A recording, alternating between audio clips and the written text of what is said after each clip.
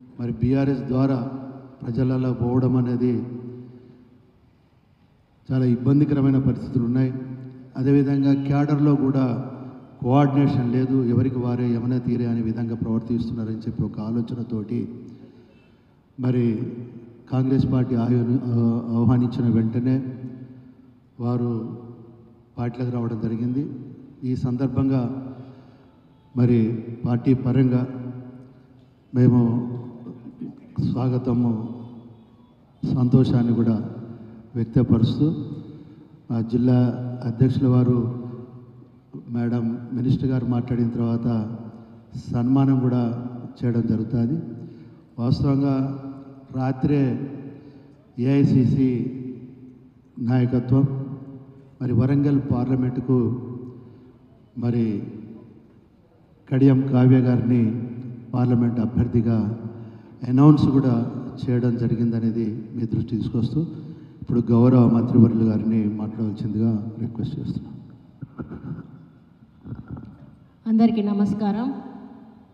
Parliament incharge Warangal parliament ఇన్ఛార్జ్గా సోదరులు MLA Parakala Revuru Prakash Reddy గారిని నియమించిన సందర్భంలో రేపు 6వ తేదీన తుక్కుగూడలో రాహుల్ గాంధీ గారి బహిరంగ సభ జరుగుతున్న సందర్భంలో కోఆర్డినేషన్ మీటింగ్ పెట్టుకొని మరి ఏ విధంగా ప్రజలను అక్కడికి తరలించాలి, అది విజయవంతం ఏ విధంగా చేయాలనే విషయం మీద ఈరోజు కోఆర్డినేషన్ మీటింగ్ పెట్టుకొని మీడియా ముందుకు రావడం జరిగింది. మరి వరంగల్ హైదరాబాద్కు దగ్గర ముఖ్యంగా వేదిక మీద ఉన్నటువంటి సోదరులు మరి రేవూరి ప్రకాష్ రెడ్డి గారికి, ఎమ్మెల్యే రాజేందర్ రెడ్డి గారికి, సోదరిమణి స్వర్ణ గారికి, మరి కన్రా సత్యనారాయణ అన్నగారికి, రామరెడ్డి అన్న గారికి, కొత్తగా పార్టీలోకి వచ్చిన సీనియర్ నాయకులు సోదరులు శ్రీహర్ అన్న గారికి, ఎమ్మెల్యే నాగరాజు గారికి, బంకా సరళ గారికి, ఇంకా అన్నున్నాడు, అందరికీ వచ్చిన నాయకులకి, మీడియా మిత్రులకు నమస్కారం. ఎందుకంటే మన మేనిఫెస్టో, తెలంగాణ మేనిఫెస్టో తుక్కుగూడలో సోనియా గాంధీ గారు వచ్చి ప్రవేశపెట్టిన సందర్భంలో ప్రజలందరూ కూడా 6 గ్యారంటీల మీద విశ్వాసంతో మరి గత ప్రభుత్వ పరిపాలన మీద ఉన్నటువంటి వ్యతిరేకతతోటి ఇందిరమ్మ రాజ్యం రావాలని చెప్పి కాంగ్రెస్ పార్టీకి మరి ఈరోజు అధిక మెజారిటీ ఇచ్చి గెలిపించిన శుభ సందర్భంలో మరి ప్రత్యేకమైన దృష్టి ఇక్కడ హైకమాండ్ తెలంగాణ మీద పెట్టడము, మరి ఇక్కడ నుంచి ఒక సెంటిమెంట్గా మళ్ళీ తెలంగాణలోనే ఒక మేనిఫెస్టో, కేంద్రం యొక్క మేనిఫెస్టో కూడా రిలీజ్ చేయాలన్నటువంటి ఆలోచనతోటి రాహుల్ గాంధీ గారు 6వ తేదీలో ఇక్కడ సమావేశానికి రావడం జరుగుతుంది.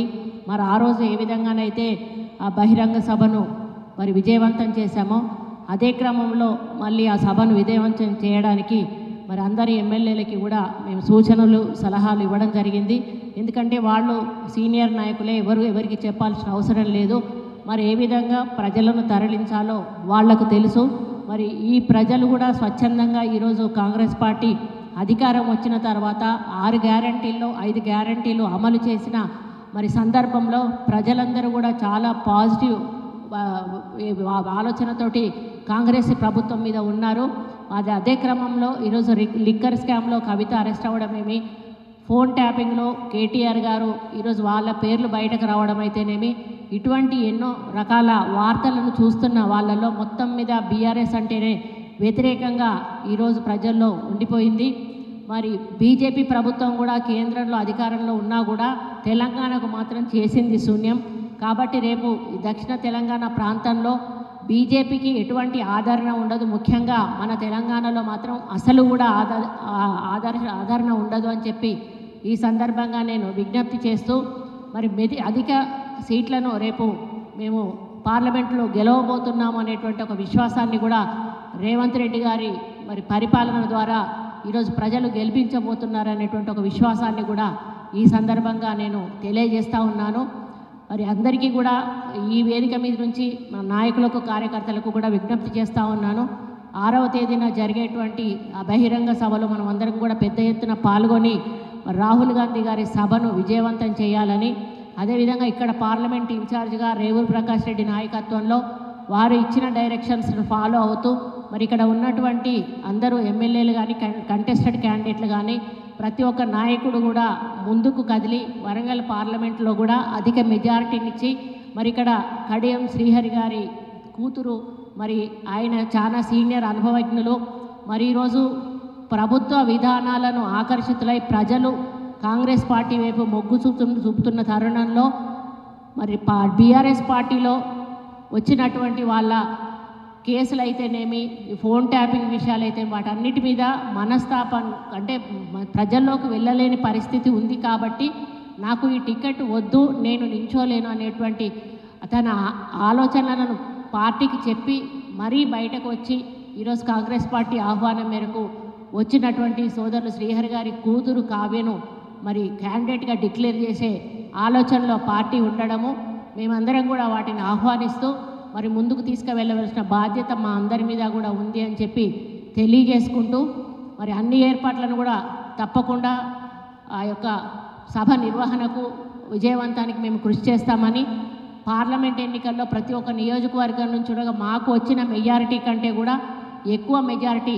తీసుకురావడానికి ప్రతి ఒక్కరం కూడా కష్టపడదామని కూడా తెలియజేసుకుంటూ మరి రాబోయే ఎన్నికల్లో మరి మీ మీడియా మిత్రుల సహకారం కూడా ఎంతైనా అవసరం.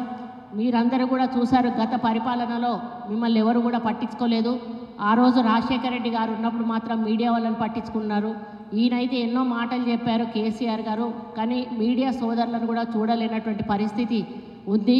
మరి మళ్ళీ కాంగ్రెస్ ప్రభుత్వం వచ్చింది, మీకు తప్పకుండా అండగా దండగా ఉంటుంది. మీ సహకారం కూడా మాకు ఎల్లవేళలా ఉండాలని కోరుకుంటూ మరి వేదిక మీద ఉన్న ప్రతి ఒక్క శాసనసభ్యుడికి, నాయకుడికి, మరి వెనకాల కూర్చున్న మా లీడర్లందరికీ కూడా విజ్ఞప్తి చేస్తూ ఉన్నాను. మనమందరం కూడా కలిసి తప్పకుండా రాహుల్ గాంధీ గారి సభను విజయవంతం చేయాలి. రాబోయే ఎన్నికల్లో ప్రతి నియోజకవర్గం నుంచి కూడా భారీ మెజారిటీనిచ్చి మరి వరంగల్ నియోజకవర్గ పార్లమెంట్ అభ్యర్థిని కావ్య గారిని గెలుపు కోసం కృషి చేయాలని కోరుకుంటూ సెలవు తీసుకుంటా ఉన్నాం.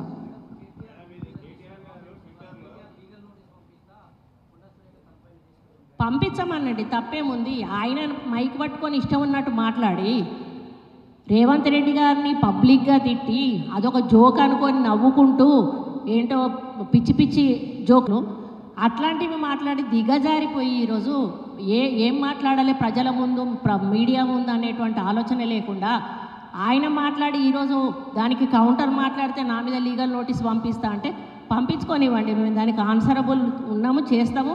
మేము ఎక్కడా కూడా తప్పు మాట్లాడలేదు. ఆయన ఇచ్చిన దానికి కౌంటర్ మాత్రమే మేము మాట్లాడడం జరిగింది.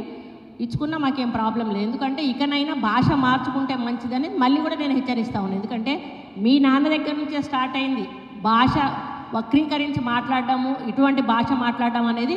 ఒక్కసారి వెనక్కి తిరిగి తీసుకుంటే మీ కుటుంబం నుంచే స్టార్ట్ అయింది. అది మీ కుటుంబం మాట్లాడింది కాబట్టి దాని కౌంటర్గా ఎదురుగా వాళ్ళు కూడా మాట్లాడాల్సిన అవసరం వచ్చింది. మీరు మాట్లాడే పద్ధతి బాగుంటే మేము మాట్లాడే పద్ధతి బాగుంటుంది. మీరు మాట్లాడే పద్ధతిని బట్టే మా మాట ఉంటుంది. కాబట్టి అదే పద్ధతిలో మేము కూడా మాట్లాడతామని తెలియజేస్తా ఉన్నాం.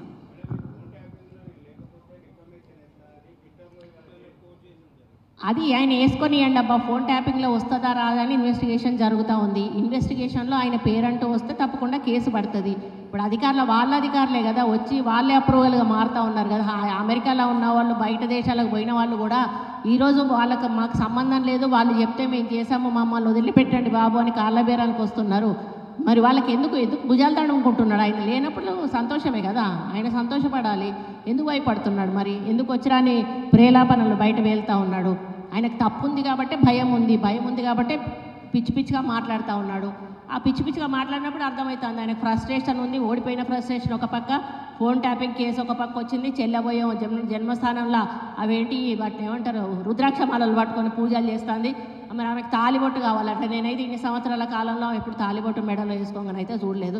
మరి అందులోకి పోయినాక తాలిబొట్లు గుర్తొస్తున్నాయి, రుద్రాక్షమాలలు గుర్తొస్తూ ఉన్నాయి, ఇవన్నీ గుర్తొస్తూ ఉన్నాయి. ఇదేదో బయట ఉన్నప్పుడు ప్రజల మీద ఉండి ప్రజలకు సేవ చేస్తే ఈరోజు ఈ పరిస్థితి మీకు వచ్చి ఉండేది కాదుగా. 9.5 సంవత్సరాల్లో మీకు ఇచ్చిన అధికారాన్ని దుర్వినియోగం చేసుకొని ఈరోజు నీతులు మాట్లాడితే ప్రజలు నమ్మే పరిస్థితుల్లో లేరు. కాబట్టి మీరు ఎన్ని చెప్పినా కూడా ప్రజలకు సమస్య ఏంటో అర్థమైంది, మీ వ్యక్తిత్వం ఏంటో అర్థమైంది, మీ పార్టీ ఆలోచన ఏంటో అర్థమైంది. కాబట్టి మీరు ఏం మాట్లాడినా కూడా ఈరోజు ప్రజలు విశ్వసించే పరిస్థితుల్లో లేరు. అక్క మంత్రి గారికి ఇంకో మాట్లాడుకుని వచ్చిన విజ్ఞప్తి అక్క, అన్ని జిల్లాల విలేకరులకు ఇండ్లు ఇచ్చారు. అందరికీ 2-3 కోట్ల విలువలు ఉన్నాయి అక్క, ధైర్యం ఉన్నది. మరి ఇక్కడ ఉన్న శాసనసభ్యులు అందరం కలిసి సీఎం గారి దగ్గరికి వాళ్ళ తరఫుకి 4 తీసుకుపోయి ఒక డేట్లో దాని ఫుల్ అన్ని రెడీగా ఉన్నాయి. వడ్డీస్తే అయిపోతుంది కానీ దాన్ని గట్టిగా ఇచ్చి ఎవరు పట్టించుకోవాలి. ఓ డేటు ఈ కోడ్ అయిపోయినాకన్నా మరి కోడ్ ముందు పోయేటటువంటి ఒక పూట కోడ్ తర్వాతనే కదా కోడ్ తర్వాత ఒక పూట డేట్ తీసుకొని ఇది చేసేటట్టు చేయండి అక్క.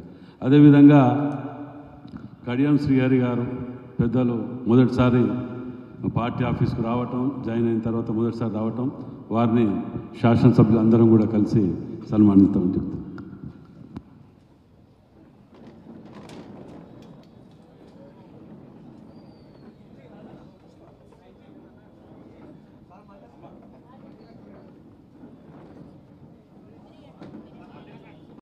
తోటి మరి గత ప్రభుత్వ పరిపాలన మీద ఉన్నటువంటి వ్యతిరేకతతోటి ఇందిరమ్మ రాజ్యం రావాలని చెప్పి కాంగ్రెస్ పార్టీకి మరి ఈరోజు అధిక మెజారిటీ ఇచ్చి గెలిపించిన శుభ సందర్భంలో మరి ప్రత్యేకమైన దృష్టి ఇక్కడ హైకమాండ్ తెలంగాణ మీద పెట్టడము, మరి ఇక్కడ నుంచి ఒక సెంటిమెంట్గా మళ్ళీ తెలంగాణలోనే ఒక మేనిఫెస్టో, కేంద్రం యొక్క మేనిఫెస్టో కూడా రిలీజ్ చేయాలన్నటువంటి ఆలోచనతోటి రాహుల్ గాంధీ గారు 6వ తేదీలో ఇక్కడ సమావేశానికి రావడం జరుగుతుంది. మరి ఆ రోజు ఏ విధంగానైతే ఆ బహిరంగ సభను మరి విజయవంతం చేశామో అదే క్రమంలో మళ్ళీ ఆ సభను విజయవంతం చేయడానికి మరి అందరి ఎమ్మెల్యేలకి కూడా మేము సూచనలు సలహాలు ఇవ్వడం జరిగింది. ఎందుకంటే వాళ్ళు సీనియర్ నాయకులే, ఎవరికి చెప్పాల్సిన అవసరం లేదు. మరి ఏ విధంగా ప్రజలను తరలించాలో వాళ్లకు తెలుసు. మరి ఈ ప్రజలు కూడా స్వచ్ఛందంగా ఈరోజు కాంగ్రెస్ పార్టీ అధికారం వచ్చిన తర్వాత 6 గ్యారంటీల్లో 5 గ్యారంటీలు అమలు చేసిన మరి సందర్భంలో ప్రజలందరూ కూడా చాలా పాజిటివ్ ఆలోచనతోటి కాంగ్రెస్ ప్రభుత్వం మీద ఉన్నారు. అదే క్రమంలో ఈరోజు లిక్కర్ స్కామ్లో కవిత అరెస్ట్ అవ్వడమేమి, ఫోన్ ట్యాపింగ్లో కేటీఆర్ గారు వేదిక పైనున్న గౌరవ మంత్రివర్యులు సోదరి శ్రీమతి సురేఖ గారు, సోదరులు శ్రీ ప్రకాష్ రెడ్డి గారు,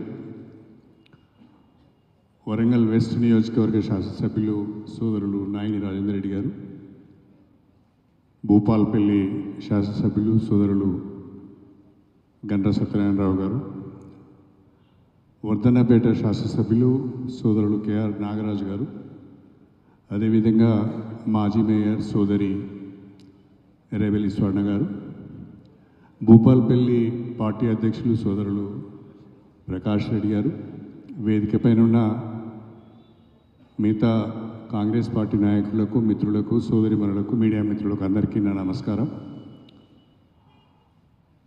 మొట్టమొదటిసారిగా కాంగ్రెస్ పార్టీ కార్యాలయానికి వచ్చిన సందర్భంగా హృదయపూర్వకంగా స్వాగతించి ఆహ్వానించి స్వాగతం పలికిన మా నాయకులందరికీ కూడా నా ధన్యవాదాలు. ప్రత్యేకంగా కాంగ్రెస్ పార్టీలోకి ఆహ్వానించి పార్టీలో చేర్చుకున్న ఏఐసిసి నాయకులు శ్రీమతి సోనియా గాంధీ గారికి, గౌరవనీయులు శ్రీ మల్లికార్జున ఖర్గే గారికి, గౌరవనీయులు శ్రీ రాహుల్ గాంధీ గారికి, మన రాష్ట్ర ముఖ్యమంత్రి పిసిసి అధ్యక్షులు శ్రీ రేవంత్ రెడ్డి గారికి, రాష్ట్రానికి సంబంధించిన మంత్రులందరికీ, పిసిసి కార్యవర్గానికి, ఉప ముఖ్యమంత్రి వర్యులు గౌరవనీయులు శ్రీ బట్టి విక్రమార్క గారికి, ప్రతి ఒక్కరికి కూడా హృదయపూర్వకంగా ధన్యవాదాలు తెలుపుకుంటూ, కాంగ్రెస్ పార్టీ విధానాలకు లోబడి ఉమ్మడి వరంగల్ జిల్లాలో కాంగ్రెస్ పార్టీ బలోపేతానికి, ప్రజా సమస్యల పరిష్కారానికి, ఈ ప్రాంత అభివృద్ధికి నా వంతు కృషి చేస్తానని కాంగ్రెస్ పార్టీలో ఒక కార్యకర్తగా కలిసి అందరితో ముందుకు వెళ్తానని చెప్పి ఈ సందర్భంగా తెలియజేసుకుంటూ, హృదయపూర్వకంగా ఆహ్వానించిన వేదిక పైన ప్రతి ఒక్కరికి మరొకసారి నా ధన్యవాదాలు తెలుపుకుంటూ సెలవు తీసుకుంటున్నాను.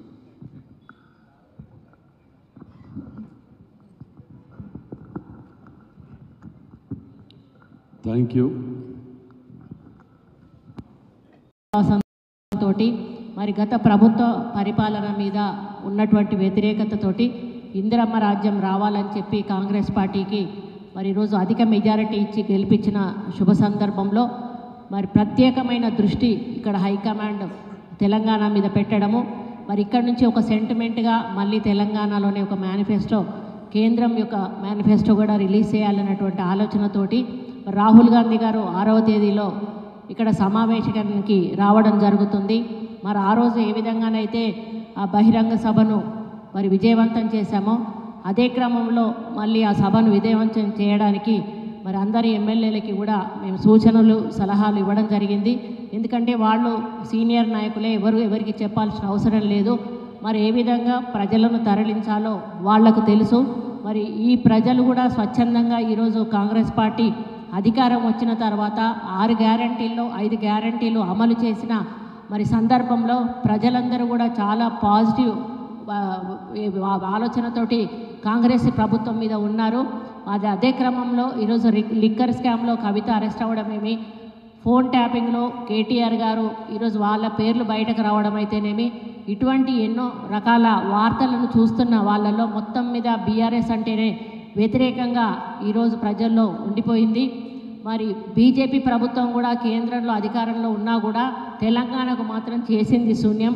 కాబట్టి రేపు దక్షిణ తెలంగాణ ప్రాంతంలో బీజేపీకి ఎటువంటి ఆదరణ ఉండదు. ముఖ్యంగా మన తెలంగాణలో మాత్రం అసలు కూడా ఆదరణ ఉండదు అని చెప్పి ఈ సందర్భంగా నేను విజ్ఞప్తి చేస్తూ, మరి అధిక సీట్లను రేపు మేము పార్లమెంట్లో గెలవబోతున్నాము అనేటువంటి ఒక విశ్వాసాన్ని కూడా రేవంత్ రెడ్డి గారి మరి పరిపాలన ద్వారా ఈరోజు ప్రజలు గెలిపించబోతున్నారు అనేటువంటి ఒక విశ్వాసాన్ని కూడా ఈ సందర్భంగా నేను తెలియజేస్తూ ఉన్నాను.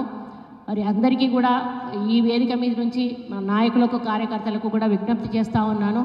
6వ తేదీన జరిగేటువంటి ఆ బహిరంగ సభలో మనం అందరం కూడా పెద్ద ఎత్తున పాల్గొని రాహుల్ గాంధీ గారి సభను విజయవంతం చేయాలని, అదేవిధంగా ఇక్కడ పార్లమెంట్ ఇన్ఛార్జ్గా రేవూరు ప్రకాష్ రెడ్డి నాయకత్వంలో వారు ఇచ్చిన డైరెక్షన్స్ను ఫాలో అవుతూ మరి ఇక్కడ ఉన్నటువంటి అందరూ ఎమ్మెల్యేలు కానీ కంటెస్టెడ్ క్యాండిడేట్లు కానీ ప్రతి ఒక్క నాయకుడు కూడా ముందుకు కదిలి వరంగల్ పార్లమెంట్లో కూడా అధిక మెజారిటీనిచ్చి మరి ఇక్కడ కడియం శ్రీహరి గారి కూతురు, మరి ఆయన చాలా సీనియర్ అనుభవజ్ఞులు, మరి ఈరోజు ప్రభుత్వ విధానాలను ఆకర్షితులై ప్రజలు కాంగ్రెస్ పార్టీ